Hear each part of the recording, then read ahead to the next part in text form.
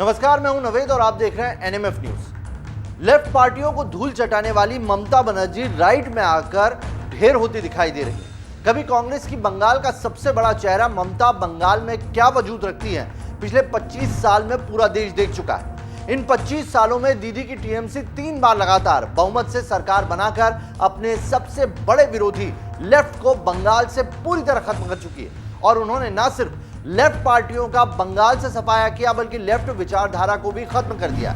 लेकिन इस बार लड़ाई दूसरी है और इस बार लड़ाई लेफ्ट नहीं राइट से। इस बार लड़ाई बीजेपी से है, जो बंगाल में दीदी के लिए अब सबसे बड़ी चुनौती है। विधानसभा चुनाव में तो दीदी की टीएमसी ने जीत हासिल कर ली, लेकिन दीदी जानती है कि जब देश की बात होगी, यानी लोकसभा चुनाव आएगा, तो मोदी लहर से लड़ना आसान नहीं होने वाला है। आज बात करेंगे ममता बनर्जी की लोकसभा चुनाव की रणनीति क्या है। बात होगी क्या दीदी बंगाल में ही घिर गई हैं। बंगाल में बीजेपी का बढ़ता वोट शेयर बता रहा है कि अगर ऐसे ही बीजेपी बढ़ती रही तो वो दिन दूर नहीं जब दीदी की टीएमसी का हाल लेफ्ट पार्टियों की तरह हो जाएगा। कहीं ऐसा तो नहीं लेफ्ट राइट के दंगल में ममता निपटने जा रही है। देश के पॉलिटिकल पंडित टीएमसी को 2024 में क्या गठबंधन का सबसे बड़ा चेहरा मान रहे हैं। क्या तुनक मिजाज दीदी विपक्ष का चेहरा बन पाएंगी।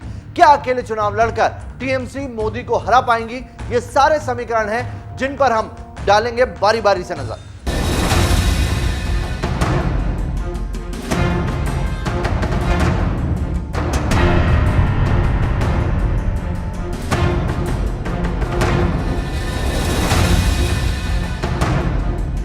दीदी देख रही है पीएम बनने का सपना। ममता बनर्जी ने 2024 का चुनाव अकेले लड़ने का ऐलान कर दिया है। उसके पीछे दीदी के रणनीतिकार उन्हें विपक्ष का सबसे बड़ा चेहरा और देवगौड़ा मॉडल का ख्वाब दिखा रहे। भास्कर से बातचीत में टीएमसी के state vice president Jayprakash Majumdar ने इसके पीछे का रोड प्लान का भी जिक्र किया है। लोकसभा में चौथी सबसे बड़ी पार्टी है टीएमसी, राज्यसभा में तीसरी सबसे बड़ी पार्टी है, भारत में सबसे ज्यादा विधायकों वाली तीसरे नंबर की पार्टी है। यूपी और महाराष्ट्र के बाद पश्चिम बंगाल से ही सबसे ज्यादा यानी कि 42 सांसद संसद पहुंचते हैं। इस वक्त राज्यसभा की पार्टियों पर नजर डालें तो बीजेपी 92 सांसदों के साथ सबसे बड़ी पार्टी है। कांग्रेस के 31 सांसद हैं। टीएमसी 13 सांसदों के साथ तीसरी सबसे बड़ी पार्टी है और यही वजह है कि टीएमसी दीदी के पीएम बनने का ख्वाब देखने लगी है। भास्कर में किए विश्लेषण पर नजर डालें तो टीएमसी को उम्मीद है कि बंगाल में क्लीन स्वीप करने पर विपक्षी पार्टियों के बीच दीदी बड़ी भूमिका निभा सकती है। मजूमदार के मुताबिक पार्टी ने 40 लोकसभा सीटें जीतने का टारगेट रखा है। बंगाल के बाहर उन सीटों पर ही कैंडिडेट उतारे जाएंगे जहां पार्टी का बेस अच्छा है, पार्टी का काडर अच्छा है। टीएमसी नेताओं को लगता है कि अगर 1996 में 46 सीटों के साथ जनता दल के देवगौड़ा प्रधानमंत्री बन सकते हैं तो फिर 2024 में ममता ऐसा क्यों नहीं कर सकती। तो सुना आपने, जिस देवगौड़ा मॉडल के जरिए दीदी पीएम बनने का सपना संजो रही है, एक नजर उस पर भी डाल लीजिए। वो साल था 1996। आम चुनाव में नतीजों के बाद बीजेपी सबसे बड़ी पार्टी बनी थी। बीजेपी के 161 सांसद लोकसभा पहुंचे थे। कांग्रेस 140 सांसदों पर ही सिमट गई थी। इस चुनाव में 543 में से 129 सीटें क्षेत्रीय दलों ने हासिल की। यहीं से राष्ट्रीय राजनीति में उनके दबदबे की शुरुआत हुई। बीजेपी नेता अटल बिहारी वाजपेयी 16 मई 1996 को प्रधानमंत्री तो बने, लेकिन बहुमत साबित नहीं कर पाए और इसी वजह से 13 दिन बाद उन्हें इस्तीफा देना पड़ा। और उसी के बाद 1 जून 1996 को जनता दल के नेता एचडी देवेगौड़ा ने संयुक्त मोर्चा के समर्थन से सरकार बनाई। देवेगौड़ा सिर्फ 46 सांसद वाले थे पर पीएम बने। हालांकि यह सरकार भी सिर्फ 18 महीने ही चल पाई थी। दीदी को हिंदुत्व की आई याद। लेफ्ट विचारधारा से लड़ते लड़ते ममता खुद भी लेफ्ट की तरह बिहेव करने लगी थी। यही वजह है कि ममता पर हाल के सालों में मुस्लिम तुष्टीकरण के बड़े आरोप लगे। ममता की छवि बंगाल में बढ़ते बीजेपी के जनाधार ने भी बनाई। ममता आज भी विधानसभा में लोगों की पहली पसंद है। उनका जनाधार मौजूदा सरकार में 48% है, जो किसी से कम नहीं है और अपने आप में बहुत बड़ा है। लेकिन जब लोकसभा की बात आती है तो बंगाल में लेफ्ट या कांग्रेस नहीं, बीजेपी आज सबसे बड़ी विरोधी पार्टी है। बंगाल की बात कर रहे हैं हम, जिसने पिछले चुनाव में दीदी के गढ़ में 18 सीटें निकालकर दीदी के किले को ढहने की पुष्टि कर दी है। हालांकि राजनीति के माहिर ममता बनर्जी मुस्लिम तुष्टीकरण के आरोपों को कम करने के लिए सॉफ्ट हिंदुत्व वाली इमेज पर काम करने लगी है। पंचायत चुनाव से पहले ममता के सुर भी बदले हुए दिखाई दे रहे हैं। ममता ने अब उसी जगह गंगा आरती की शुरुआत कर दी जहां वो बीजेपी को आरती की परमिशन नहीं दे रही थी। और इसके पीछे दूसरा कारण अपने ही गढ़ में हुए उपचुनाव में हुई ममता दीदी की हार बताई जा रही है। 2021 में हुए विधानसभा चुनाव में सागर दिघी सीट जो ममता का गढ़, टीएमसी का गढ़ मानी जाती है, जहां से सुब्रत साहा ने 50,000 वोटों से यह सीट जीती थी, लेकिन 22 महीने बाद जब इस सीट पर उपचुनाव हुए तो ये कांग्रेस के खाते में चली गई। कांग्रेस कैंडिडेट की जीत का मार्जिन भी 23,000 वोटों का रहा। सागर दिघी में 64% मुस्लिम पॉपुलेशन है। ऐसे में सवाल खड़े हो रहे हैं कि क्या बंगाल का मुस्लिम भी दीदी से अब नाराज हो चला है, और कहीं यही वजह तो नहीं कि दीदी अब हिंदुओं को लुभाने के लिए सॉफ्ट हिंदुत्व का राग अलाप रही।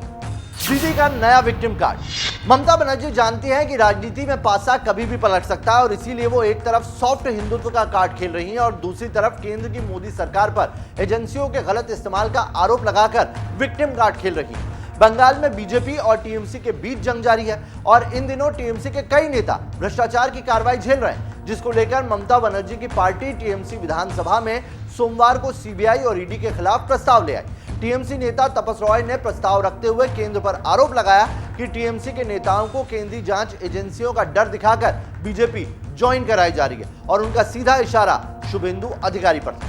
टीएमसी कितनी पास कितनी फेल। भास्कर के किए सर्वे को देखें तो बंगाल में टीएमसी के लिए जितनी मुसीबत है उतनी ही बाहर भी है। किसी बाहरी राज्य की बात करें तो पिछले 25 सालों में सरकार बनाना तो दूर की बात है, टीएमसी बंगाल के बाहर किसी भी राज्य में अपने दम पर दहाई के आंकड़े तक नहीं पहुंच पाई। 2021 में मेघालय में जरूर टीएमसी के 12 विधायक हो गए थे, लेकिन वो भी सभी कांग्रेस से टीएमसी में आए थे। टीएमसी के टिकट पर जीते हुए विधायक नहीं थे। टीएमसी 2001 में असम, 2005 में यूपी, 2009 में अरुणाचल प्रदेश, 2009 में ही केरल, 2012 में मेघालय मणिपुर और 2014 में तमिलनाडु के साथ साथ 2017 में पंजाब, 2018 में त्रिपुरा, 2021 में हरियाणा और 2021 में ही बिहार के साथ साथ 2022 में गोवा तक चुनाव लड़ने के लिए पहुंची थी।